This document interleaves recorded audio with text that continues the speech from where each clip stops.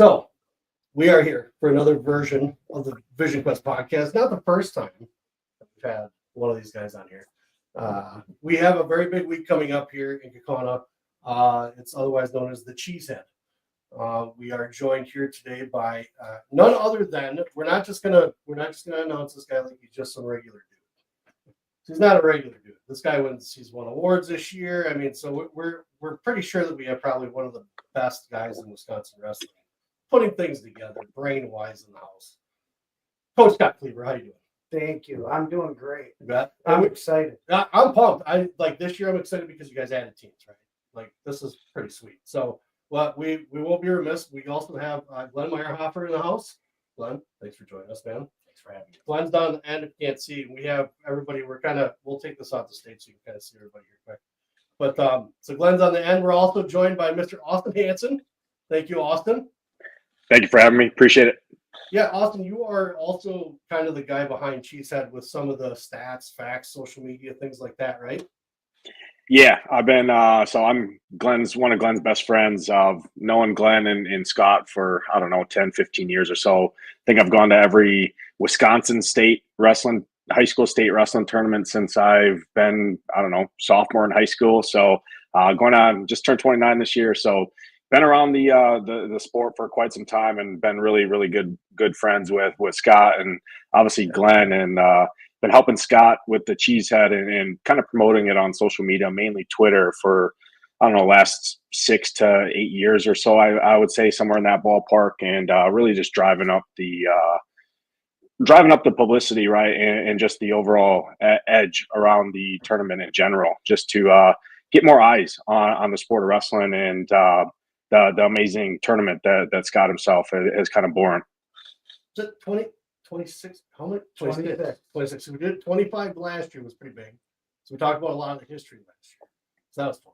I didn't know half the stories that you told me. So it was good to hear those. And I've always liked Austin. I've always liked kind of checking out the stuff because I know you put a lot of it together, just watching Twitter, things like that. The little facts that you're putting together as far, and then plus like what these guys are ranked in their states and how many ranked guys they have. So in the grand scheme of things, how many hours would you say in a season? Because each year, how much time do you think you spend on this? Well, I'm fortunate enough to work from home and in my full-time role, and Glen helps me behind the scenes as well. I don't want to throw him under the bus or anything like that, but I love numbers. I love spreadsheets and things like that. So I create it all in Excel, and I don't know. I mean, the most work goes in ahead of the tournament, right? Like I alluded to, kind of marketing for the tournament. When the tournament comes, it's kind of not sit back and enjoy it because there's a lot of work that goes on there, but it's more so just, hey, enjoy the wrestling, the good matches, and obviously still posting live tweets and things like that, and different video clips and stuff like that. But I would say, I mean, I can't even put a number, to be honest, on the time spent. Scott knows that, obviously, behind the screen. Him and I text back and forth and send him this to get the programs and stuff. It's a well-oiled machine behind everything that goes into this tournament that a lot of people kind of don't even realize what's going on behind the scenes to make something like this happen. When you have teams, I think there's 8 states represented this year, somewhere in that ballpark. And a couple new ones that we'll get into, but yeah, it's a lot, and it's a lot of fun for sure.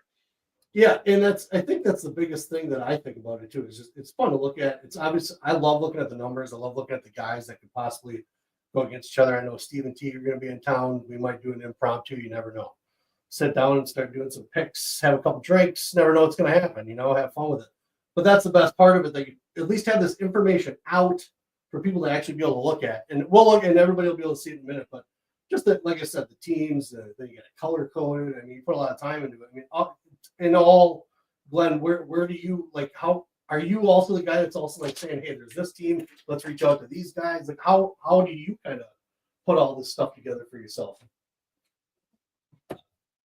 I pretty much just do whatever Austin needs me to do or Scott needs me to do. Wherever I can help and Right on. Give assistance, wherever they need me to help, I'll just fill in and do what they ask me. Right on. So, Scott, are there any new things coming up this year that are, obviously we have more teams, but are there anything new? Is there anything new you're doing? Yeah, we're switching from track wrestling. and we're going to USA bracketing. Nice. Okay. And that's kind of been the theme of the Cheesehead as things evolve. Yeah. I'm always looking for the best out there. Mhm. And I've had a chance to sit down with the guys that developed USA bracketing. Okay.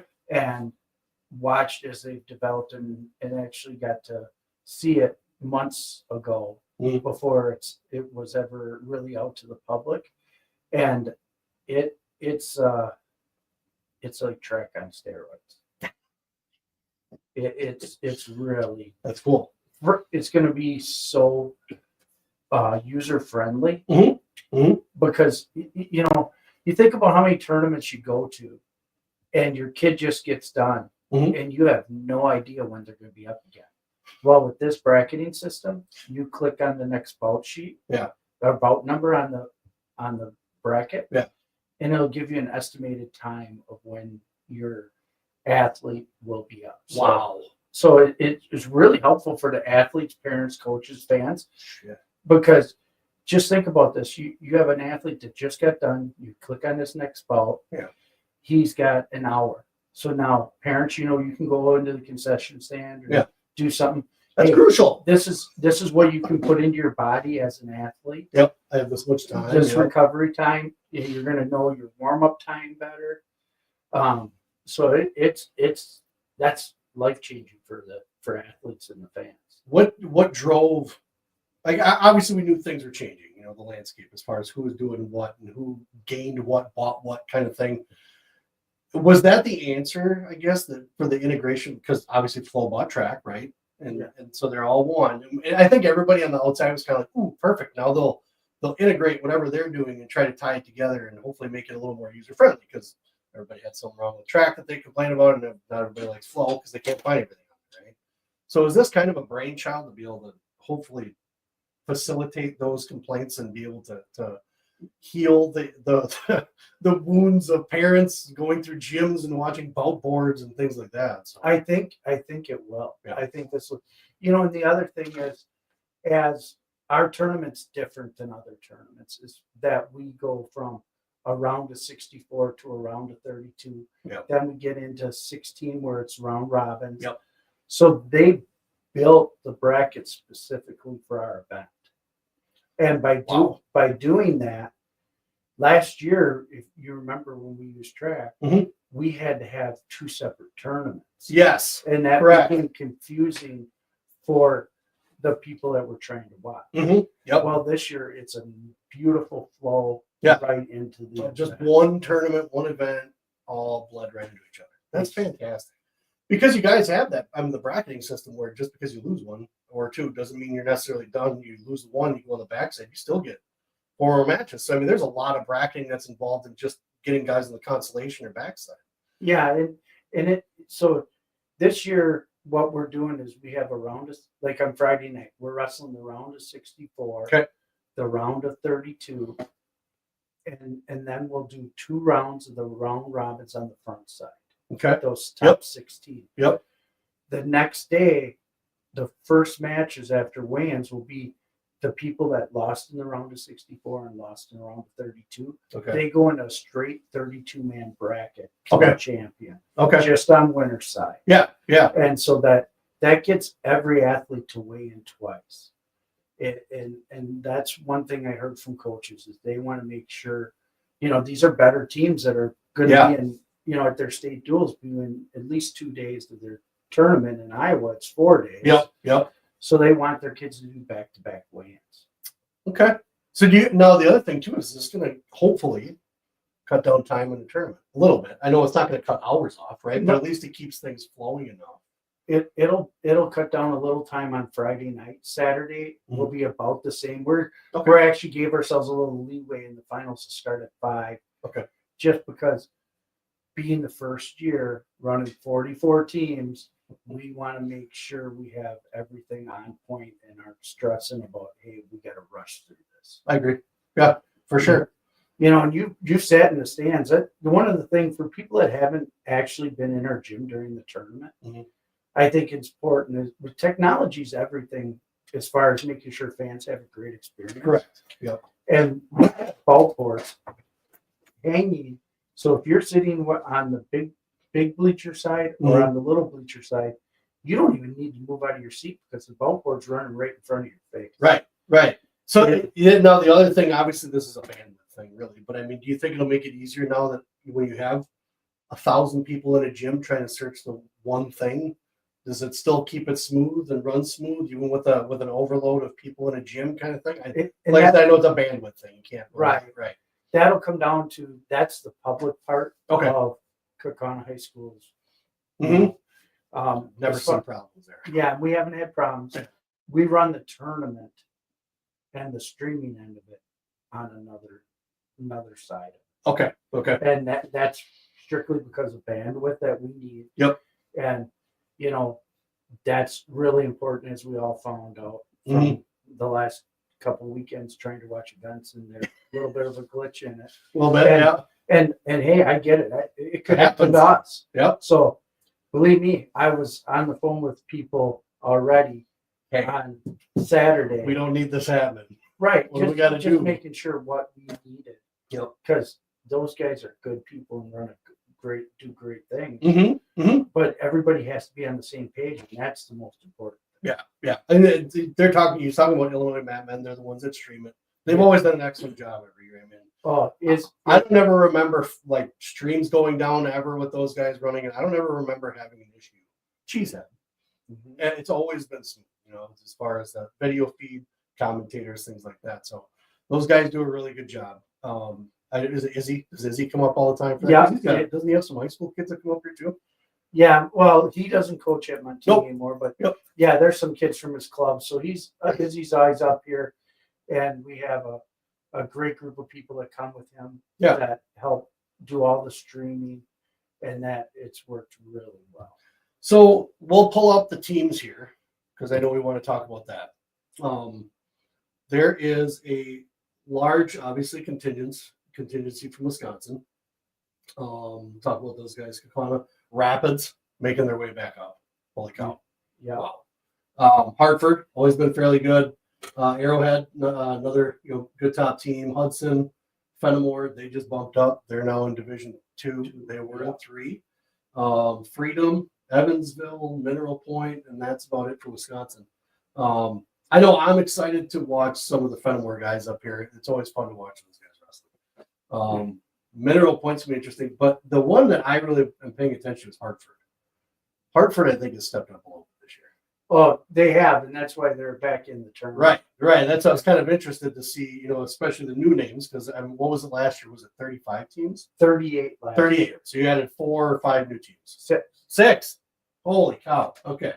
All right. So we'll look at some of the other ones. I don't remember Oklahoma being here last year. They were. Kawita's returning for their second They were here last year? Yeah, Okay. they actually had a champion last year. The coach's son, as a freshman. Wow. Won it at 126. Nice.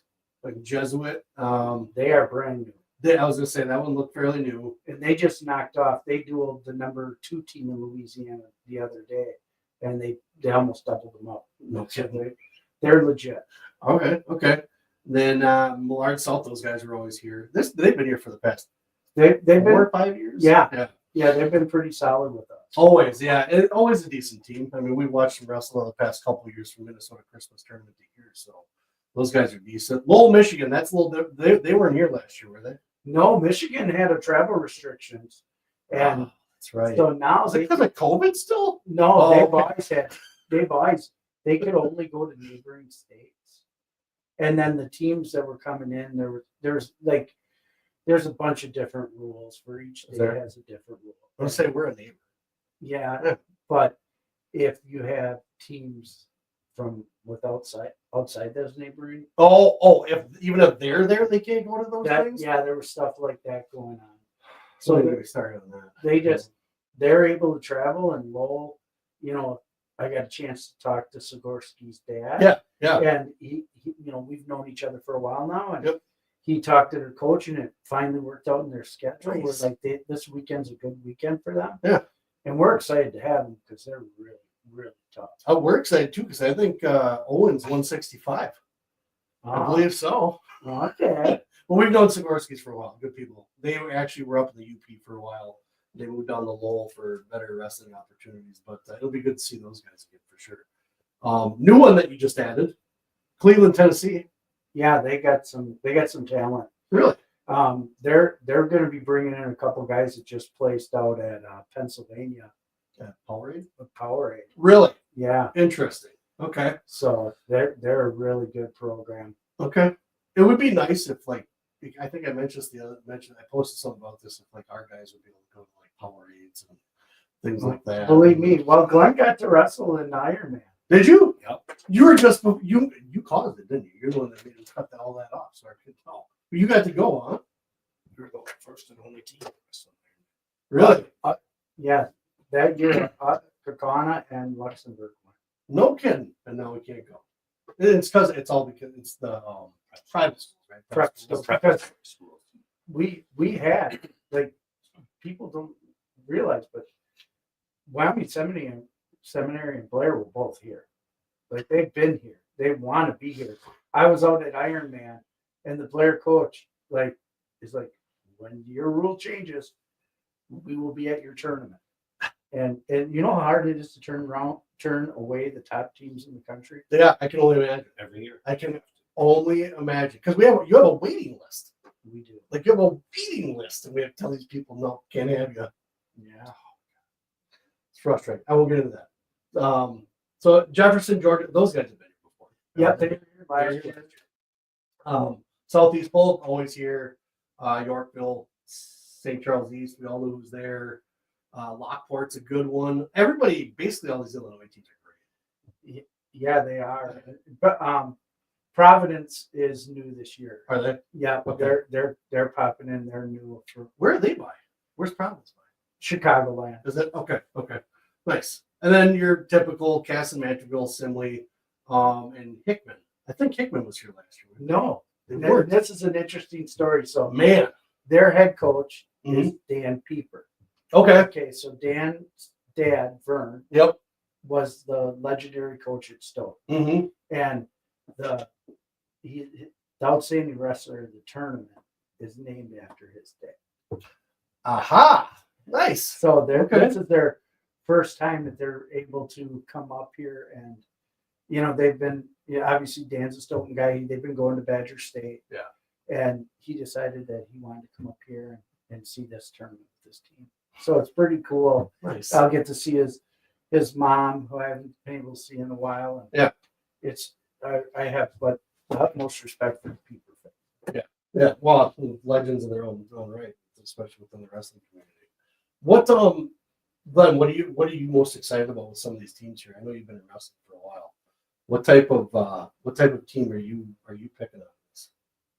What I'd like to see is there's a lot of parity throughout this tournament this year, from the teams in Wisconsin, the Illinois teams, and then you got Southeast Polk and Lowell and Cleveland being the two new teams this year. Mm-hmm. It's just going to be really interesting to see who can fight for those those trophies on Saturday. I think there's a handful of teams that have the talent and the ability to compete for the second, third, fourth place team trophy. Yeah. Southeast Polk kind of stands out as the front runner. Yeah. They're really solid top to bottom, but there's a lot of parity in that at 2 through 6, and it's going to be interesting. They all get worked out. That's right. That's right. Yeah, I'm excited because knowing that Kakon is the outside looking in, it'd be interesting to see what happens this weekend team wise. I was telling Liam, I was like, we need to pin a lot right away. We need points right away. Because, and this is nothing against Kakon. Obviously, I love all the guys, but it seems like quarterfinals, that's when dominoes start to kind of fall a little bit for some of us as far as competition wise and who's able to get. I mean, obviously it gets tougher as you get further into the side of the bracket. So it's not even saying that they're wrestling well, but it always just seems like that quarterfinal areas where we really got to start figuring out what we're going to do for more points on the backside as long as guys can keep going. But I'm excited to see what we're able to do. I'm actually more excited to see what Fenimore is going to be able to do. I know those guys have been wanting to come back for quite a while. Their state rank is number 1. Yeah. Yep. Really? Yeah. Holy cow! Okay. I had no idea that they were number 1 division Division II. Did that just change? I thought I checked Zach's rankings or WI Wrestle's rankings. They had them like 3 or something. These are come These off are of- Zach's. These are Zach's. These are Zach. Well done, Zach. Okay, so then it makes more sense. Yeah. And it means more. Wisconsin grappler. He's the dude. Yeah, and he does a lot of homework. Usually. Oh. And, Coleman just had a really good Oshkosh on the water. Yeah. So that they moved up to 2-2. So it'll be interesting. And the team that you haven't mentioned, but I'm really excited about is Evansville. Okay. They had a really good bi-state tournament. I saw a couple of them did really well. I didn't see how many, all of them, but I saw a couple of them did really well. Obviously, Heiser does well. Yeah, was it their 106? Yeah, 3 champs. 106. Yeah, Colin Three of Frey. them. Yeah. Yeah. Wow. And Colin was on our Fargo team. Like, Was it? Okay. He's tough. Good. Awesome. So that kind of sucks because like we're off, right? Like we're waiting for Cheesehead to start, and all these guys are doing like the Leonard Denny match. Yeah. Like to watch that, I was like, holy cow, where's wrestling at? And I was like, in a week. But I was just watching all these matches, and I felt like we were missing it. But yeah, I mean, a lot of these guys, and that's something else I actually want to ask you. What do you, because of the teams that are in here, we all know that these are fairly solid teams, right? Mm-hmm. What is your criteria for getting in as a team? Well, that I don't know if I actually have a criteria Okay. as much as some teams I don't normally kick teams out. Okay. Okay. Have you? No. You don't have to name them, but have you? I've said maybe you should come back when you rebuild your program. Okay, sure. I get it.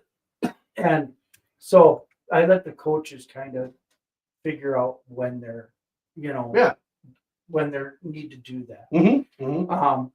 And so I kind of look at it state by state because I only want so many teams. Like you look at it, it's very Wisconsin, Illinois heavy. Yeah, yeah. And that's where the waiting list, because like in Illinois schools, they want to get in. Somebody from Illinois has to leave. Right. Because Right. otherwise we might as well have the Illinois State Tournament in Kakon. Like it doesn't make sense. Correct. And Correct. it's the same for Wisconsin. And I only want so many of those. Yeah. And that's really, I look at that. And then obviously we look for nationally ranked teams. Mm-hmm. Yeah. And I'm lucky enough that I've had some relationships with other coaches that are really good. And they're usually this is a big weekend nationwide for big time tournaments because it's us, Mm-hmm. Doc B, Mm-hmm. Clash, like so you want to get in those coaches' rotations. For sure. So mainly Wisconsin schools, if you leave, you're going to go to the bottom of the list. Okay. To get If you choose to leave, you're right back down. right. But if it's let's say they're like, hey, we just don't have the guys to field the team this year, are they down at the bottom of the list because they can't? It's dependent. Sure. There's okay. some like I'll just tell you right now, Wrightstown and Stoughton. Yeah. They've been coming forever. Yep. Their team there. If they said, hey, we don't want it, we Yeah. can't come this next year. We got something else. I'd let them back in. Okay. Because Okay. their coaches, our relationships, Mm-hmm. that matters to me. Right. That loyalty matters to me. Understood. Makes sense. Where it's like, Montini back in the day, they were hunting the national title and they wanted to go to Doc B that one year. Okay. And I Okay. said, go for it. Yeah. You should experience that. And then they came back the next year. Nice. Okay. So it's not like you have a form and they got to fill something out and you look at it, you're checking boxes like, oh, yep, these guys are in. But obviously it's not like you don't pay attention to wrestling. You're kind of buried in it. So Yeah, I'm looking at, hey, what's this team look like? Sure. How many returning state qualifiers, place winners, champs do they have? Okay, they're legit. Yep. We need to look at this team as a real possibility. Okay. And some teams, they want in, but they just don't have enough horsepower. Yeah. And that's just me being honest. It's kind of For sure. my judgment. Well, why do you think all weight changes? But obviously some teams aren't going to go to the Minnesota Christmas tournament either, just because they may not have the guys and take a whole team there to just get smashed makes no sense. Right. You're demoralizing your team more or less, and you're kind of setting yourself up for failure for the rest of the year. But so that's good to know. I didn't. That's the thing too. It's like how do you pick? Like how do you know? There's so many other good teams that are out there. I can only imagine how long that wait list is because that's crazy. Yeah, it gets pretty big. There's times where it'll be 50, 60 teams just waiting for a spot. So are you getting emails like as soon as this tournament's over? Hey, can we jump in? Hey, can we jump in? Like as soon as you probably get them all year, but we do get them like because of like our social media, doing podcasts with you and other people. Like people know about the tournament, and when it comes up, as soon as it's done, if they're watching it or they talk to another coach and say, "Hey, this is the place you want to be," for sure. I get a lot of emails. Nice. Well, and if they haven't heard of the Cheesehead, I know they need to crawl out from under the rock they live in because this is. I mean, honestly, besides the other net, like you're talking Powerade, Super 32s, like this is the other tournament that's mentioned around all. So I mean, look who's come through. We've talked about that before. Gable Steveson, Mark Paul's been to this tournament. Probably a Nulf or someone like that. Bo Nickel's been to this tournament. All those guys have been through this, and if you haven't heard of the Cheesehead, I mean, someone mentions it somewhere somehow. So yeah, it's a fairly popular tournament. I mean, I've heard of it down in New Mexico. So if you haven't heard of it, wake up a little bit. But so with the teams that are coming, how many places? Some of these people may not know how many places are there for teams. Is it first through eighth? Is it? Oh, we give trophies to the top six. Top six, okay. Top six teams. Okay. And then we place to the top 8 individuals. Nice. Or we give awards. Yeah. We place deeper in that. Okay. Yeah, because you guys had that other, the backside or whatever. Yeah, well, that's that 16? top 16. Yeah. The top 16, that's your top half of our bracket. Sure. And then we have the backside Okay. where the guys that need experience. But the funny thing is, I always say the guys that need experience. But I think it was last year we had a couple state champions that were in that back bracket. Yeah. And we had multiple state place winners to qualify. Right. Like it was great. You still got to wrestle. Like you come, it doesn't matter which side of wherever you're on. You still have to show up and wrestle. Like they're not slouches that are winding up on the backside. Especially looking at the way wrestling is going this year, it's almost like the game's changed, and now everybody's almost up on the same playing field now. So it's not everybody that shows up to a tournament is like, oh, that guy, no way. Because now this year it's like, oh, that guy, well, maybe he might be able to because everybody's getting better. Resources are becoming better, and coaching is becoming better, and a lot of college guys are coming back to coach at high schools and things like that. So it's just because you're on that backside doesn't mean you're just going to automatically plow through. So even on the front side too. But yeah, no, I'm interested come Wednesday night when we do our seating meeting, because there's times where we'll have, almost 90% of the bracket has guys with really nice records, and what I mean by really nice is it's there's different definitions. Like I'm not talking 20-0. Yeah. I'm talking 16-4, but they took 2 losses at Ironman. They took a loss at Dvorak, and they took a loss in a duel. Like they're taking real losses.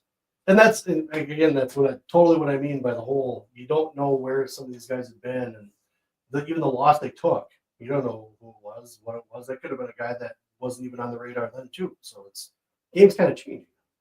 So I pulled up some of the weights, and we'll scroll over divisions and weights. So right now we're looking at Arrowhead D1. I'm going to know a lot of these guys. I know you know a lot of them too. Most of these Wisconsin guys we all know, but like Zon Beal, it's been fun watching him since he was little.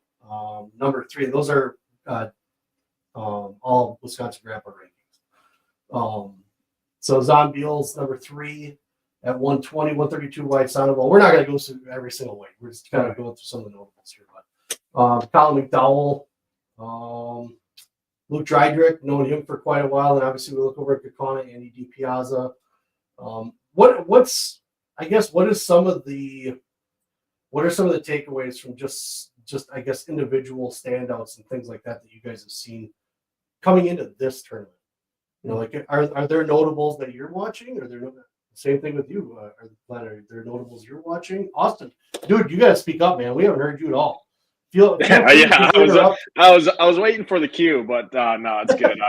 It's a little different, right? When three are in house and one is remote here, but yeah, I mean, in the dog. yeah. Jump in. Yeah. I'll just start from the top because obviously I do spend a lot of time on Rockfin. I spend a lot of time on Wisconsin Grappler. Shout out to Zach and his rankings. Love his rankings there. Goes in depth, takes Fargo into account and things like that. That just a lot of other ranking systems just don't do. They put out a number to put out a number, right? And don't realize that parents and coaches and fans of the sport are actually looking at this stuff and trying to educate themselves. So I think that's a big miss a lot of times on these rankings is, yeah, you can throw a ranking out, but as soon as people that love the sport and follow the sport, right, once they kind of see and start realizing that, hey, this doesn't really match up to what I'm seeing, what other people are putting out, you lose credibility quickly.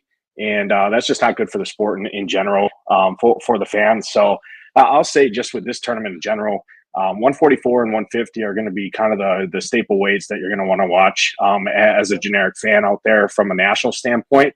But obviously in years past, right, we've had national titles decided in this gym at this tournament for team states, right? You talk Montini, I mean, back in Wyoming, Sem and Blair and Apple Valley when they were on the run. Basically the national title for a high school state, right, that gets crowned unofficially, if you will, right, was decided in Kaukauna gym. So we have that all the way to having 6 to 10 number one ranked kids in the country. And for the top 5 pound for pound kids in the country, stuff like that.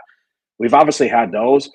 I'm most excited this year for the overall depth of the tournament here. We don't quite have last year we were kind of obviously gifted, right, with the Wisconsin talent that came out with the Mirasola twins, Hopke, Dylan Johnson, the big dogs at the top from a national ranking standpoint. But you look through this, I mean, just from a ranking standpoint, 32 of the 44 teams are ranked respectively in their states. We have over 240 ranked kids respectively. I think I ran the numbers last year, and of everybody who competed at the Cheesehead just last year in general, I think there was about 160 or so state place winners in their respective states out of the athletes and stuff like that. This year, the depth is probably one of the best I've seen over the years for sure, doing the numbers. And people just want to see, right, the nationally ranked kids and the flashy stuff, but they don't realize that, hey, each of these teams, for the most part, fields a roster of 14 kids, right? And a lot of them, majority of their rosters are ranked respectively in their state, right? So now the best of the best of all divisions, right? Whether you're Division III in Wisconsin or the top division in Iowa from the top division out in Oklahoma, the best of the best get to go up against each other. And not all these kids, right, go to Fargo. Not all these kids go to Super 32s and stuff like that. So you're getting to really taste the talent across the country with 11 states represented and a lot of deep teams. And shout out to Scott for not allowing individual athletes, right? Obviously, we could really make our tournament be even better in terms of nationally rankings, right? And get the cameras and everybody looking at, oh my God, number 1 versus number 2 in the country, right? Going up against each other. We like depth and we like the team format so much that Scott just doesn't allow individual athlete competitors, and it's not knocking anyone else there or other tournaments out there like that. It just gives our tournament a different kind of layer that I think overall coaches love and the fans love in general, and just keeps it super competitive throughout the entire field. So we're getting comments thrown at us quickly as we go through here, because you and I know Joe Williamson. Joe's on. Oh, yeah. He's watching. Oh, I love me some Joe Williamson. Joe says, remember when your son was doing video during the cheese, Scott? Now he would smash us, no questions. He was tiny then. He was a little guy. Yeah, he actually started helping Joe at the Ironman one year. Nice. We were out there and he was filming and doing commentary, and then Joe came up to Cheesehead and he did it here. And Joe learned how to make some pizzas. One of my buddies that owns a pizza place, they went and made pizzas one night together. And that's awesome. Yeah, he's a great guy. I miss the heck out of him. So we got Teague popped in too. I'm pretty sure it's Teague. You'll be talking to those guys on Thursday, I think. Right? Yep, Thursday. Whatever it does, I don't care if you're on 8 times this week. Whatever gets this tournament out there, I don't care. We'll bring you on tomorrow. You want to fun too? Hickman, Missouri, with an all-time mascot, the Q Pies, basically a baby Cuban. Teague always with the fun facts, always coming in with the fun facts. Tony's Pizza is what he said was the pizza that you guys are cooking. Yeah, tricky. It's a tricky one. Huh? Good job, Joe. I know I know. I'm excited. I think Glen's got cold. Are you allergic to my house? No. That'd be fine. So we got I want to look at a couple of Wisconsin teams. I'm excited to. The one and this kid's kind of a sleeper here. Perry Bear. If we can keep his head from getting hit, I think he might do all right. He's a really good athlete. He is athletic. He's extremely athletic. Because last year watching him wrestle, I mean, I think he would have run through a brick wall for anything at that point last year, just the way he was wrestling. And now, so in all fairness, Perry, you're screwed a little loose in some spots. That's all right though, because that's what's gotten you where you are. That kid has worked so hard in the offseason this year with Liam and stuff. I'm really excited to kind of see how he does off the Kakona team. I mean, obviously everybody else on there is, it's Spring. That's another one that's going to be fun to watch at 190. Man, he wrestles like he's 125. Well, I'll tell you what, he gave that kid from STMA Yes. all he wanted. All of it. And so I expect him to place fairly high at the Cheesehead. I'm expecting almost his ranking. I'm expecting 5th, if not higher. Yeah, there's some good kids in that weight class, but he's capable of beating any of those guys. Right. Fenimore, obviously, always fun to watch Tristan wrestle. Yeah. Kate Birchman, he's always fun to wrestle too. He's a highlight film. He is. He's a highlight film. I love it. I love him. And then obviously Illinois, we know a bunch of those guys from Warren Township. Aaron Stewart, Caleb Noble. I had to see those guys out at the Ironman. Did you?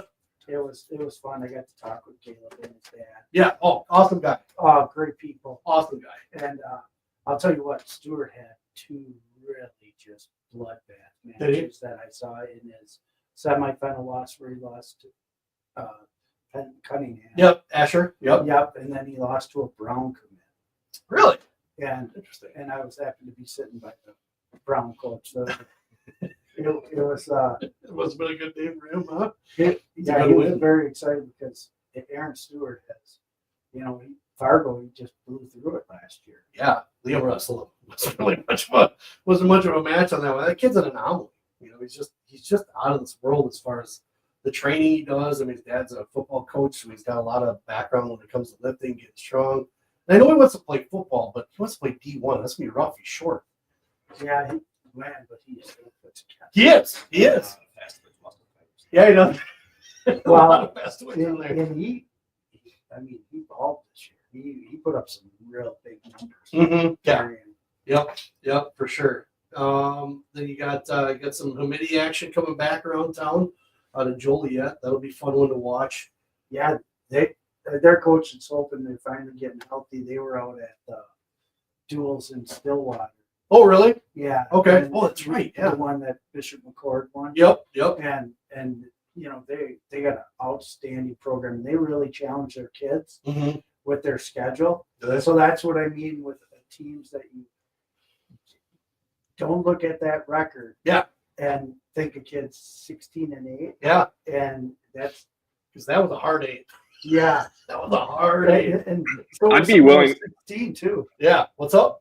Yeah, I'd be willing to bet Joliet Catholic out of any team in this tournament. Probably I'd be willing to go out on a limb and say they probably have the toughest in-season schedule out of any team that comes to this tournament. I mean, you talk about those duels out in Oklahoma playing, going up against Bishop McCourt and all of those guys.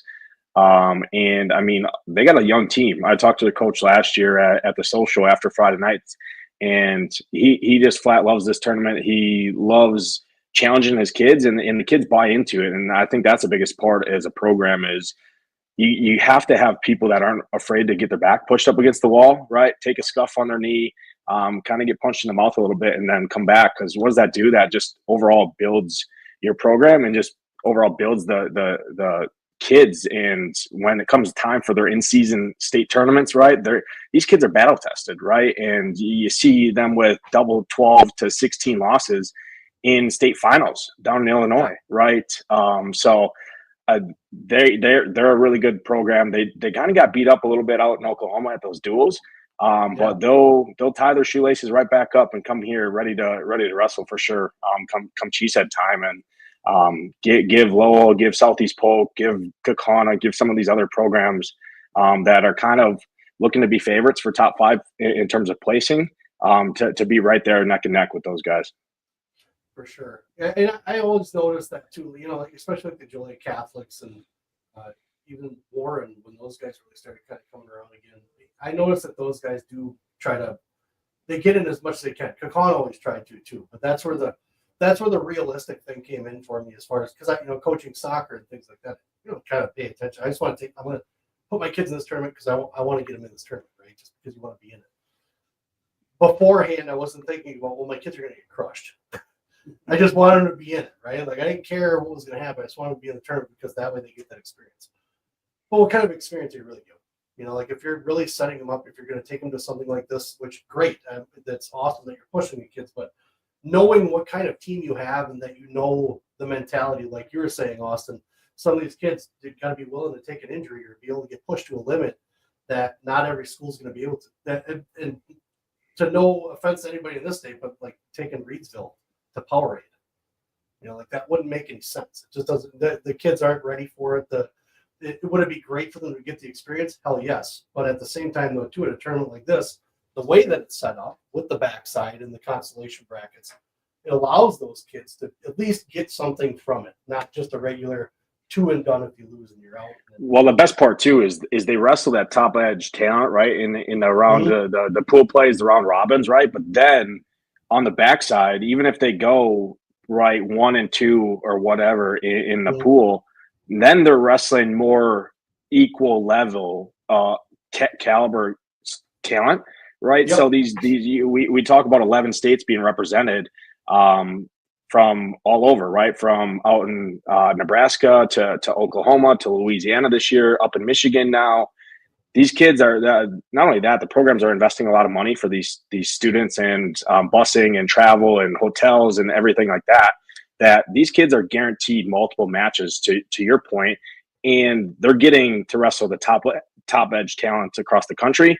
But then they're also getting to get great experience and great competition of other similar ranked kids, right, respective to what their skill level might be, to really see, okay, how did I stack up against the top edge? And now how am I stacking up against more kind of equal playing field, if you will? And then it's may the best man win, right, out there on in the circle. So I think that's the best part about it is Scott understands that these programs are investing a lot of money to come out here and put on a show for all the fans and all of us at the Cheesehead here. He wants to reward them and give these kids multiple matches and the more mat time the most mat time as possible, I think, which is the biggest thing. And I think that's one of the biggest feedbacks that he gets from these coaches, and why the waiting list gets up to 60 plus, right, teams wanting to be in here, is because they're not going out to travel and get 2 matches and then their kids sitting on the bleachers, right, watching the rest of the team compete all weekend, right? Yep. And so I zoomed out just so people get an idea. Like, that's not even full teams. Like, those are just the kids that are either respectively ranked or whatever. And there's going to be more, right? And there'll be some movement. Like, I know the coaches are all putting in their lineups tomorrow and Wednesday. Yeah. And so what we see here is what the rankers see for their weight classes. But we're going to see some changing of guys changing weights for sure around. And so it'll be interesting to see who ends up in what bracket together. Right. That's always fun. Yeah. And since you scrolled out, I kind of Montini, I'm just looking at them and they're back. They're back. Coach Boo's back at the helm there. And when he was the head coach and Izzy was the assistant, he really built Montini wrestling into Montini. And he's back there now, and he's trying to do the same thing again. I think, wow, they're loaded. Yeah, there was just the Flavin duels down at DeKalb. Yep. And they made it in the top pool, and nice. It's nice. Yeah, Montini, they dropped down to the second division down there with all the changes. But yeah, to Scott's point, they're definitely back. They're the top ranked top ranked school down in Illinois in 2A. So they're really solid. And if you scroll over to Lowell, Michigan, there, most people are like, wow, they have more kids than 14, right? You only have 14 field the roster. That just shows how deep Lowell, Michigan is. I mean, you look at multiple weights, right? They got the number 1 and number 2 kids ranked in Michigan, and they're both on the same team, right? So you talk, I mean, they got 16 kids ranked in Michigan in their respective division. And obviously you only get 14 slots, right, to field the roster. So you talk about a team like that, and it's so big for team scoring wise to get your kids into that top 16 first, and then that top 8 to really get all the additional points. That's where a team like Lowell can be sneaky, because they're super deep, and it's just they got the talent to compete for those top 8 points. It's interesting. You don't hear. I mean, obviously, we hear probably more about like Michigan schools and things like that, and the competition and everything. But a lot of times, you don't really like. They're kind of a sleeper state, in my eyes, because you only hear about them once they get in college. You don't hear a lot about high school wrestling out of Michigan unless it was some dude that did something big in college. I know people out of Michigan. I mean, but you just don't. Well, they just got something that blows up. Their hands were tied because of the stupid travel rules. And so those kids, like, they just couldn't get the exposure. Yeah. Because Michigan wrestling is really good. It is. Yeah. And now they're getting a chance to show it off. Right. Well, Mike Krause, I mean. Oh, God bless him. Right. I mean, that dude, if that guy couldn't have blown a state up for wrestling, I don't know who could have. I mean, straight out of the horse's mouth. I mean, that guy was everything about what he was doing, and Michigan wrestling was one of it. It's just crazy to see, like you were saying, Austin, with this many guys on here. I can't believe we haven't heard more of them throughout just the year this year. Like I think I've heard about them once or twice, and that was it. It was just kind of like a passing comment on Flow or something like that, and then that was it. But these guys are I mean, it takes a lot to people don't understand how much it takes for your team to be ranked in the top 50 on Matt Scout's the Willie's rankings out there. And just to say, I mean, just for Kaukauna to hit outside looking in, basically honorable mention, right? You don't realize what it actually takes to get that. I mean, they're not just looking, okay, let's go pull up the respective local state rankings. Okay, look at this. These teams that are ranked out there are going to the Power Raid, right? They're going to the Doc B, right? They're going to the Flavin, all these big in-season tournaments. And not only that, their kids are competing out of state or in the off season, right? At Super 32s, right? Fargo, all that, and all of that goes into that. And it's not just having 1 or 2 or 3 kids at the top that are really good. It's all 14, right? Yeah. You got to be able to compete in a dual format and really go up to test. Just, I mean, for example, look at Southeast Polk, right? They just beat Waverly Shell Rock 60-14 in a dual meet, and that speaks volume, right? Waverly Shell Rock is the number 2 ranked team in the big division in Iowa, and they just smacked them in a duel 60-14 recently. So that just goes to show that what it takes to get those teams under the national lens, right? Well, there's ebbs and flows. I mean, look at Simley now. Simley was on fire last year, maybe the year before that. Last year they were good. This year they're kind of taking a little break. They're watching those guys out at Eau Claire. Good wrestlers, like Bristol Short, still a decent wrestler. All those guys, Salas, always been watching him for a while, but it just seemed like because they were a tournament team, right? Like those guys took over tournaments because they killed it on the front side. They were pinning guys constantly. And that's all it was. It's just the points that they're riding. And I mean, when you were talking about like teams like Southeast Polk and Lowell showing up with the lineups that they have, like that's going to be a fun point race. Like I don't even think I'm going to watch anything else except for those 2 running the race with points. Obviously, watching Liam wrestle, but I mean that's going to be fun to watch right there because both of those sides are stacked. So that's cool. Providence Catholic, little the guys like this where you see like a Justice Heeg and Lucas Forsythe. I've seen these guys wrestle a couple times. Like they're all tough, but man, you come in with a lineup that's 14, 15 deep of guys that can handle whatever they wanted to. It's like, man, okay, now they're coming to play. What are you looking for, Glenn? Is there specific ones you're watching? I'm a big number guy. So I think it was a couple of years ago we had over 50% of the competitors in the Cheesehead make it to their state tournament, and it was like right around 30% came home as place winners. Really? We had like 7 teams that competed in the Cheesehead and won their team state title within their division. And even I think of years ago in like 2006, I want to say 130, the champ all the way through the 6th place winner Mhm. all won a state title in their respective states that year. So like that's one of the cool things about how he does the bracketing here is everybody I believe that comes to this tournament because of the bracket he has set up Mhm. leaves this tournament as a better wrestler. They improve.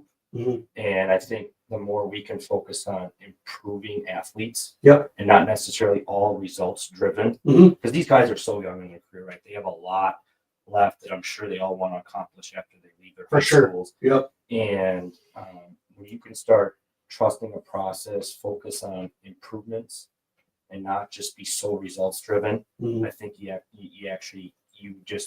get so much better when you take that approach. Yeah. I think when it's all just results, For sure. you're going to become a better rounded person, you become a better rounded athlete, a better rounded teammate. Mhm. And I think when you're doing all those things right, eventually it transition in the results that come right. Yeah. So I think that's one of the beautiful things about this tournament, just how it's set up. I think every kid leaves as a better wrestler because of the bracketing allows them to get challenged Yeah. in the beginning. Yeah. And then they're going up against kids right in their caliber, right? And Mhm. then they're going to see how they stack up against them. Well, it's like you said too. They're getting that exposure to good national type wrestling, win or loss, doesn't matter. They're getting that exposure to that type of wrestling. I mean, as a coach, I look at that as now my kids getting set up, maybe even a little bit better for the postseason. Once regionals come, sectionals come, all of this, and I discovered this even just coaching soccer. All of this stuff, because everybody's in high school wrestling right now. We're all in a high school season. All of this is a building block to the postseason, because it's essentially, really, to a school, the postseason is what matters, right? I mean, so getting these kids exposure to, I don't care if a kid that's never been ranked and just started wrestling 3 years ago, he gets his hand on a kid that's number 3 in the country. It's going to change his view a little bit on maybe what he's been doing or working on. So then you're getting that exposure to get better. You're opening those roads in your head to what I got to do to be a better wrestler, better thing. So I totally agree with Just you. building off of what Glenn said. I didn't run the numbers yet because I wait for the pre-seeds to come out. But last year, going into the tournament, there was 28 returning state champs from the year prior. There was 50 returning state place winners, and then there was 54 returning state qualifiers, which 100 equates to 132 returning state qualifiers, and 78 of those were place winners from the year prior. So that information, I'll have that once the pre-seeds, along with the pre-seeds, up on our Twitter page. Right here, I just retweeted this podcast. So if you're out there listening, follow Cheesehead_HS, and I will have that published out there. But just looking at last year, 132 returning state qualifiers from the year prior out of about roughly 370 athletes, I think, competed last year, roughly between 370 and 400. So you're talking almost 1/4 of the field, if not more, was a returning state qualifier in the respective state. Well, I think we had 7 state champs. Yeah. Last year. The thing is, like, the new coaches that come in every year, when they're getting into that second day, Mhm. and it's usually around, we get through the round robins, and they're like, and I tell them, now you're getting into the meat of the lineup. You're either going 1st through 8th or 9th through 16th. And their kids like, but I've already lost 3 times. Shouldn't I be done? No. Put your single back on, get out on that mat. Yeah. You got another 3 matches to wrestle. Holy crap, coach. I just got smoked. Doesn't matter. There's going to be a guy, it happens in every weight class, it's going to go 1 and 5, and he will take 16th in the bracket, and he's a damn good wrestler. Correct. And that's what I love about the format, right? I mean, because like we've been talking about, you don't know what's going to happen. You don't know. Theoretically, you could lose a match and get your hand raised center as the champion. Correct. You don't know. There's a 4-time champion that lost. Everyone He in lost. every tournament? No, he lost. He went undefeated 3 years. No, he lost in the round robins. Okay. But still won the tournament because my he God. lost in the round robin, and then came back in the bracket and won the bracket. This is nutty. He got called for a slam. Oh, really? Mikey Benefield, 4-time Cheesehead champion. You got called for a slam. That's nuts. That's crazy. So this is we have nationally ranked individuals pulled up. Again, I'm just amazed by the difference of teams that you're able to bring in and still have, obviously like I said, kids that are still just trying to get better versus kids that are like feel like they're at the top of their game, and to have that mix is, man, it's awesome. I think you'll see some kids added to the nationally ranked after this weekend. I'm sure. This is their, for the kids, this is their shot. Yep. You go out here, you perform well. Mm-hmm. I'm pretty sure my good friend Willie will be watching.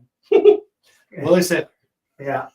Yeah. It just happened. Well, to Scott's point, right? It just happened with Davis Perro. Perro went out and beat Wolbert in the finals at the Minnesota Christmas tournament, and he wasn't even honorable mention or outside looking in. He jumps to 20th in the country. So a lot of that's going to happen. And as you see there's 5 wrestlers, right, between 144 and 150 that are all ranked within the nation. Mm-hmm. Some of those are probably going to shuffle there. Obviously, you get pound allowances here after the holidays here coming in. So that's when, right after the new year, this is when the kids kind of start, to your point earlier, Brad, is focusing on that postseason, right? Where do they want to go? What's going to give them the best shot to get experience and position themselves to be a state champion respectively in their tournament? Obviously, they want to go out and win every competition that they're in, but you ask really any athlete, right, in the field, almost all of them are going to say, I want to be a state champ within my state, right? So that's their kind of goal going into the tournament. So this is when they kind of start focusing on, okay, what weight am I going to be competing at for the most part come the postseason time? And they get the pound allowances, so they start moving around. So there could be a lot of craziness that happens, especially in those middleweights there, to make it for good for the fans, right, watching it. Well, totally. Well, and team-wise, Southeast Polk is, they're the defending champions. And so they're trying to come back and win it again. And it's not, in the modern history of Cheesehead, there hasn't been, winning it back-to-back is really, really hard. Is it? Oh, yeah. So we got 99 St. Ed's. I'm not surprised by that one. Really. St. Ed's the winner. Yeah, they won. So that year they won the national title and they beat the defending champs, Walsh Jesuit at our gym. It'd be so nice to have these schools back. Yeah, and that's Walsh has dropped off. Eds is still Eds. Yeah. I would love to get those guys back again. I talked to Heffernan? Yeah, Appleton down in Iowa a couple months ago about it. He's like, "What's that crazy rule you guys have?" And I was like, "What do you mean?" He goes, "Well, we want to get into the cheese." And I was like, "Oh, that's right. Like you guys are. Oh, we got a visitor. You guys are out of the realm of things we can wrestle now." He goes, "You guys need to change that rule." I was like, yes, we do. But that'd be awesome to get those guys back because Hefferman's an awesome guy. Yeah. Hey, Christina, we got a dog down here. Shift here.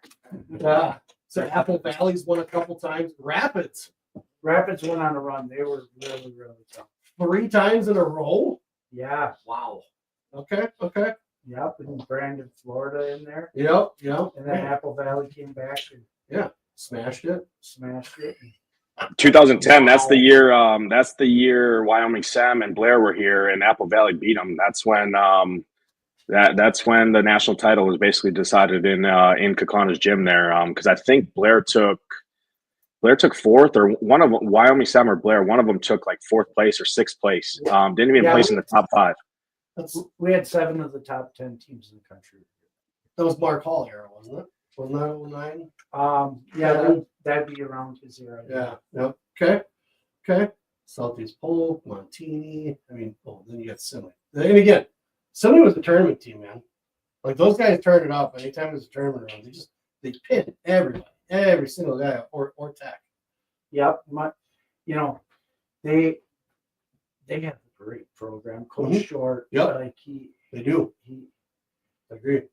he knows what he's doing. They're going to be just fine. Oh yeah. Them and Casano battled for the Mm-hmm. state title in Minnesota for D2. Yep. And then you'll see like Montini 17 and 18, Mount Carmel 16, 19. Mm-hmm. But that back to back is you better have a special team. Yeah. There's a couple years. I just think I really am impressed with the fact that, I mean, Rapids. And don't get me wrong, I knew they had a dynasty back in the day, but holy cow, I didn't know they won it 3 years in a row. Took the corner to knock them off. Yeah. That's always fun to see. That's always good. Well, it goes to show you Wausau West in 2008, they had a program. Yes, correct. Yeah. Well, so here's the other question, because we talk about a lot about the competitors, we talk a lot about the coaches. What about the referees?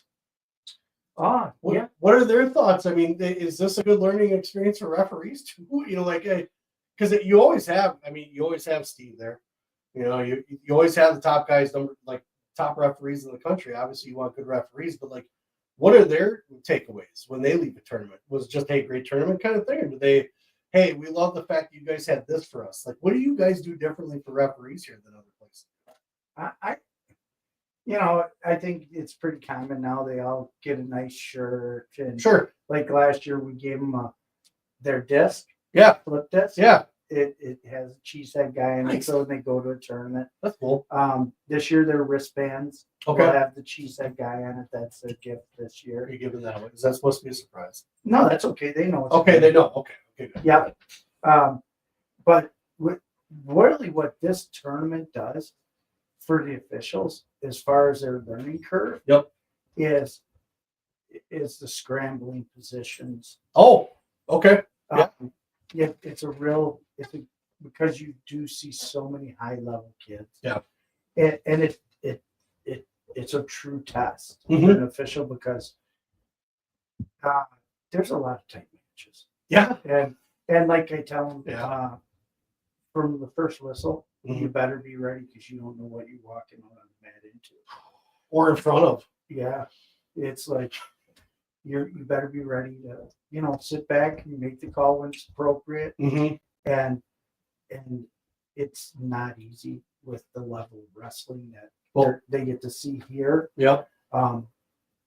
New It's rules. It's not a normal tournament. Right. Now you add in the new rules with it. Out of bounds rules are different. Points are different. That's a good thing. I'm glad of the timing of our tournament. Yeah. Because they've had all of December Yes. to work out the kinks. Yeah. Yep. So they now should understand the out of bounds really well. Mm-hmm. Because they're all part of associations. Either that or developed bad habits already. Now they better not. They know it's just like teams. You might not be back. Stalling's been a point of contention now. Stalling's been looked at and kind of scrutinized quite a bit when it comes to especially college wrestling. I know it's not the same, but it kind of is. The only difference now, I think, between college wrestling and high school wrestling is riding time. Yeah. That's it. Yeah. So a lot of stalling isn't being called properly. I mean, as far as, action, I think we just had this argument on Twitter the other day. If two guys are actively trying to shoot and you don't have the score of an end of the first period or whatever, there's no need for a stalling call if they're still active. Well, and why do you need to have a stalling call? That's something I actually talked to our officials about. Nice. This is one of those things where these are both two high level athletes. Yeah. It's going to take some grit to Mhm. break their positioning Mhm. to be able to get a clear shot on. For sure. You can't expect a guy just to dive in. Yeah. He's not wrestling some scrub. Mm-hmm. Mm-hmm. He's wrestling another very talented athlete. Yep. So it's going to take some time for me to wear him down so that I can score. Yeah. Well, I mean, hand fighting, positioning, I mean, all that matters. And it doesn't just happen in 30 seconds with some of these guys to be able to figure it out, So that's the one thing I think I'm going to be watching the most, just to see how things are getting called. When it comes to obviously I'm going to enjoy the match. I'm just going to be studying referees, but kind of want to see how this stuff is starting to get called because, I mean, in the end of it, it's going to come down to state. These guys will be at the state tournament, things like that, and making sure. I mean, everybody has their own opinions about everybody else as far as who's what or whatever. I have a lot of respect because having coached and obviously yelled at a referee or two in the past. You don't want to get to that point, but at the same point though too, some of these guys don't pay attention very well. And Well, we're blessed actually because we got some pretty dang good officials. you have, hell yeah, and they and their experience. You know, we're bringing in a couple new officials, but they're not new to officiating. yeah, and that's good. One's out of Colorado, one's out of Indiana. Nice. So it'll be their first time in this venue. Yeah. But they, we got 18 others that have worked this tournament last year. Sure. And 15 of them have worked it for multiple years. Mm-hmm. So that's very comforting for me, mm-hmm. knowing that because they know what they're walking into. Yeah. Okay. So the other thing I think is pretty impressive is food. You guys, you're looking. Cameron, can you see all of me? Yes, food's important. You guys kind of not only. I don't think you change the game necessarily, but you pay attention to details. Like you pay attention to. I mean, youth tournaments aside, but a lot of the national tournaments we go to, you don't get to hear about this stuff. Like coaches don't always come out and be like, "Man, that lunch was garbage," right? You don't hear them talking about that stuff. But like now, seeing it on the backside, like you guys cater in for these guys. You hand pack lunches for the table workers and take them around to them. So you guys kind of it's almost like you've been to a tournament and saw what was missing. Well, we do. We cater in for the coaches' meals. Mm-hmm. We're blessed that we're able to take care of our workers very well too. Yeah. And our concession stand, like it's frustrating sometimes when you go to tournaments and they don't have healthy options for your athletes. It's the worst. It makes me not want to go to a tournament. Yeah, and this is a tournament run by coaches. Yeah, like we've been there. We know what we want, mm-hmm. and we want to make sure we supply that to the athletes, to the families, and then we get some non-healthy stuff like if you're coming to Wisconsin, we're gonna have a brat for you. Correct. We got to have a brat. We got to have a cheeseburger. Yep. There's going to be those options for us guys. Donuts. We're gonna have plenty of donuts. We're making sure you guys have donuts covered this year. That's for sure. So I think the biggest thing too. I think the biggest thing too is the affordability too, right? You got to realize these. Not only are they traveling, right, to come to your tournament to watch their kid compete, right? Whether it's from Oklahoma, whether it's from Louisiana, right? Whether it's from all of these out of state, right? 11 states represented. They're spending a lot of time in your gym, right? And it's not a lot. I mean, Workacon is. It's kind of. It's not super far away from other stuff, but you want to keep them there. You want them to support, and you want to make it affordable to them.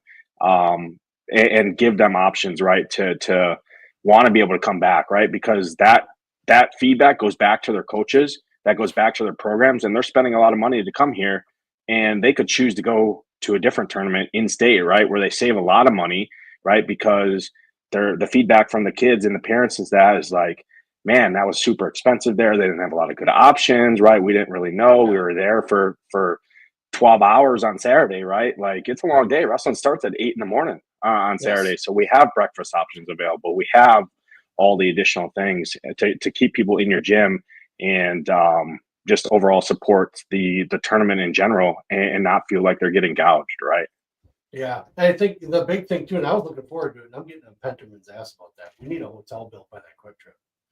If we could have a hotel in town, we could literally keep everybody here and everybody would definitely be involved in whatever we have going on. So when I saw that happening, I literally was just like, holy cow, like we could have everybody here. We could have everybody right in the middle of town. Teams, coach, everything.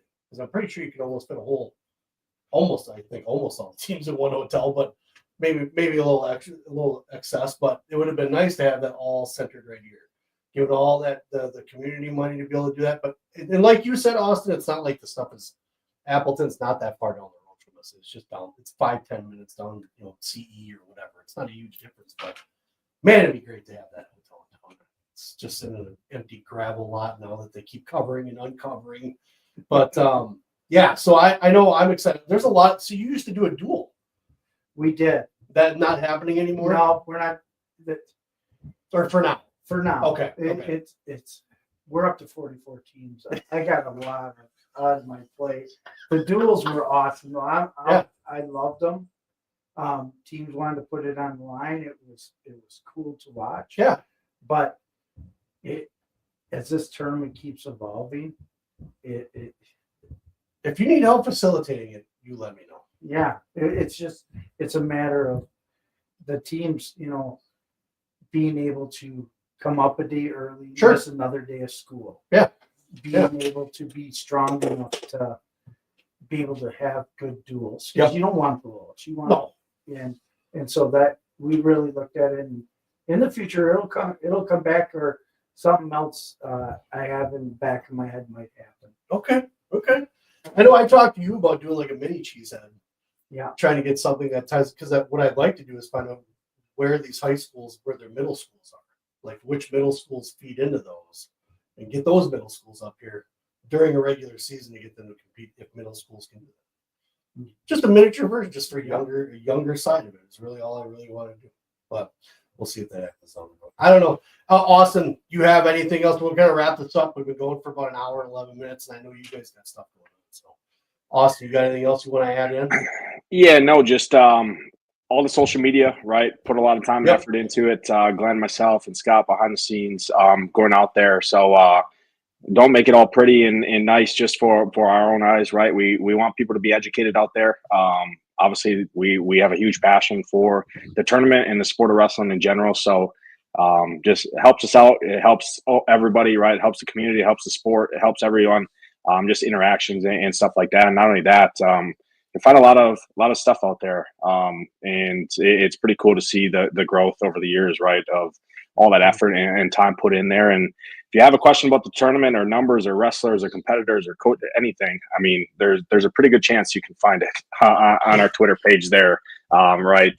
We put a lot of time into that. So at Cheesehead_HS on Twitter, or X, it's called now.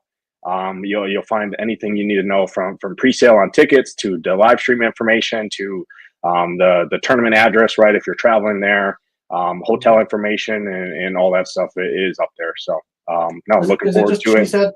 Is it cheesehead.com for the website? It's twitter.com/cheesehead_HS. So cheesehead_HS for high school. And that's the website. Yeah. Yeah, that's the Twitter page. Yeah, it's That's the Twitter. page. Twitter's The website is Cheesehead Wrestling. Cheeseheadwrestling.com. Okay. Yeah, and everything's linked on the website as well. So I believe there's a link right to the Twitter page. All the information about past champs. I know Tom Goff posts a write up usually on there too. But looking forward to it, and appreciate you having me on here for sure. Yeah, dude, and you're going to be, obviously, he's going to be at the tournament, right? He'll be at the tournament.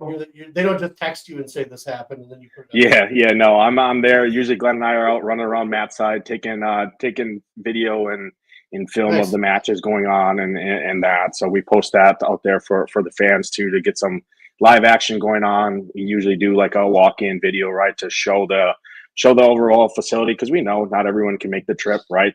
Especially when you're coming from Oklahoma and Louisiana and stuff. It's just pretty expensive, right? Airfare is not cheap nowadays, and it's January in Wisconsin, right? So people never know what the weather's looking like and stuff like that. So we do the best we can to publicize it as much as possible without giving away too much, because we do know people out there are actually paying admission to come there too. So we want to protect those people as well. But still, overall, the goal is just to create a good environment, right, and grow the tournament and publicize it the best we can. So here's a question I have for you, because this sometimes with events, what they'll do is they'll stream part of it for free, and then championships you might have to like pay a premium. How's that going for the Rockfin feed? It's $10 for the whole tournament. Okay, just the tournament, not to subscribe to Rockfin. Right. Okay. Just that tournament. Yeah, that tournament we charge a premium of $10. It'll be, you go to Illinois Madman. Yep. Go on the Rockfin page. Okay. Boom. And then it'll be the option. And okay. What you look at it, if you sit at home. Yeah. For if you're a Rockfin subscriber for $10, you're gonna get to see some pretty good wrestling. Oh yeah, and that's I've had Rockfin forever now. There's so much wrestling stuff on it. We'll put a link to the Illinois Madmen too. Yeah, it'll be out on Twitter. Yep. Yeah, it'll be on we'll Twitter put too. that in the comments or the description of the show, so that way if people go to this here, it'll be on the bottom. So all the links to everything Cheesehead will be on the bottom. Illinois Madmen, your website, the Twitter site, all that stuff will be on there. So, Glenn, No, thanks for having me. It's been a lot of Yeah. fun, and I hope everyone just enjoys the performance and this weekend and have some fun, bring a positive attitude, keep things positive. you see a little bearded guy walking around with a camera, make sure you wave at him. They want some interaction. So, and I'll be running around too, probably taking pictures of something, but as far as anything like that goes, I'm watching. So, And I just thought of this because you asked me what's new. Yeah. In the beginning, for the finals. yeah, For the finals, we're actually gonna put the athletes' bios and their pictures nice. up. So when you look at the score, Yeah. you're gonna see we're right after the semis. We'll take pictures of each of the athletes. Wow. And then we'll write a small bio, Nice. so that when people are watching from the stands, they can say, okay, this kid was a Fargo All-American. He was a state champion. Okay. Returning Cheesehead place winner. Nice. Record. This is their record. And I think it's always adding little things as technology grows that we can use them. You guys We're gonna evolve. use it. You guys are evolving with the sport. And it's almost like you're going to have Zach's website right in front of them while they're looking at the bio of a wrestler. And that's the other thing too that's cool about Zach's rankings. It's all coach availability. And that's the other thing too is coaches could be watching, from a different distance that haven't seen a certain kid. Like, oh, wait a minute, he did. Wow, okay. Now they might reach out to him. I know a coach. You do? That may be watching from far away. No. This little school called Gardner Webb. I think he has an interest in the. He's watching the pipeline going through there. Clayton Keaton, if you're watching, we hope that you can actually make it, but we know you'll be watching because you're a beloved fan of the Cheesehead. So it's Keaton Kluever. That would be Scott's son. How's he liking coaching? He loves it. Does he? He Those loves guys it. did really well. Yeah, they got Southern Scuffle. See, that's the first time ever Southern Scuffle is not on New Year's Day. Yeah, And, that's right. Yep. And then the second, and now it's the same exact time as Cheesehead this year. So he'll be doing his coaching down in Chattanooga while we run the tournament up here. Nice. So it's gonna be kind of hard for him to watch anything live if he's down there coaching. Yeah. Catch a couple things here and there, But at least I got Carly. Carly came back from school, so she'll be at the Nice. bath table, and Okay. so yeah. But I just want to encourage everybody. Like, there's nothing like being in the stands Right. when these hype matches come up, and they're up all the time. Correct. Like we said, there's no easy way out because your kid could have lost, but now they're getting thrown back in and maybe have a harder road to the finals, Mm-hmm. but they're still Still a road. There's still a road. It's a little detour, maybe a little bumpy, but it's a road. You can still get there. And I've been advocating, been saying this for quite some time now. Don't just, if you can get to the gym, get to the gym. Get there, get your butt in the seat, watch live, watch in front of you. I'm all about the subscription, things like that, but right now wrestling needs you to show up and watch live wrestling. I don't care if it's high school, I don't care if it's college, I don't care if it's NAIA, I don't care if it's grade school. Show up, pay the fee, go watch wrestling because we are going to need it. We are going to need that support. We are going to need people showing up. Right now, we're in a weird time of sports, and I think people need to kind of come to the realization that not all this is going to be around when you think it is. So get your butts in the gym, pay the fee, sit down, watch it. There's nothing better than honestly being in a gym, watching wrestling in front of you, right? I'm always a fan of getting on TV and watching them, and obviously I can't be down in Iowa, so I had the soldier salute on. Yeah, turn that on pretty soon too. Yeah. But just get there. Get there and watch. It was weird sitting in the Iron Man and actually just getting to be a fan. Right? I wasn't coaching. I wasn't running the tournament. Like, I sat in there and I had my popcorn and my soda, and I'm sitting there I envy you fans. I got to be one for once, and it was pretty fun. Pretty neat. The energy is different. It's a different type of energy. Yeah, it is. You don't have the nerves. You have more excitement. Yeah. It's not a man. Well, and it running the tournament gets awful stressful I can imagine. because you want everything to be right for everybody. Yeah. And Right. and being able just to walk in and be carefree was kind of fun. Doing Sawdust Nationals, I learned that real quick. I was like, man, I hope this goes right over here. I hope this goes weigh-ins go right, all that stuff. Because one hiccup and someone's complaining about it. You're already getting 1 star on Reddit, whatever it is. So it's that's why I kind of want to bring up a lot of that smaller side stuff that most like spectators don't see. Like coaches enjoy this tournament because they can go eat a normal meal.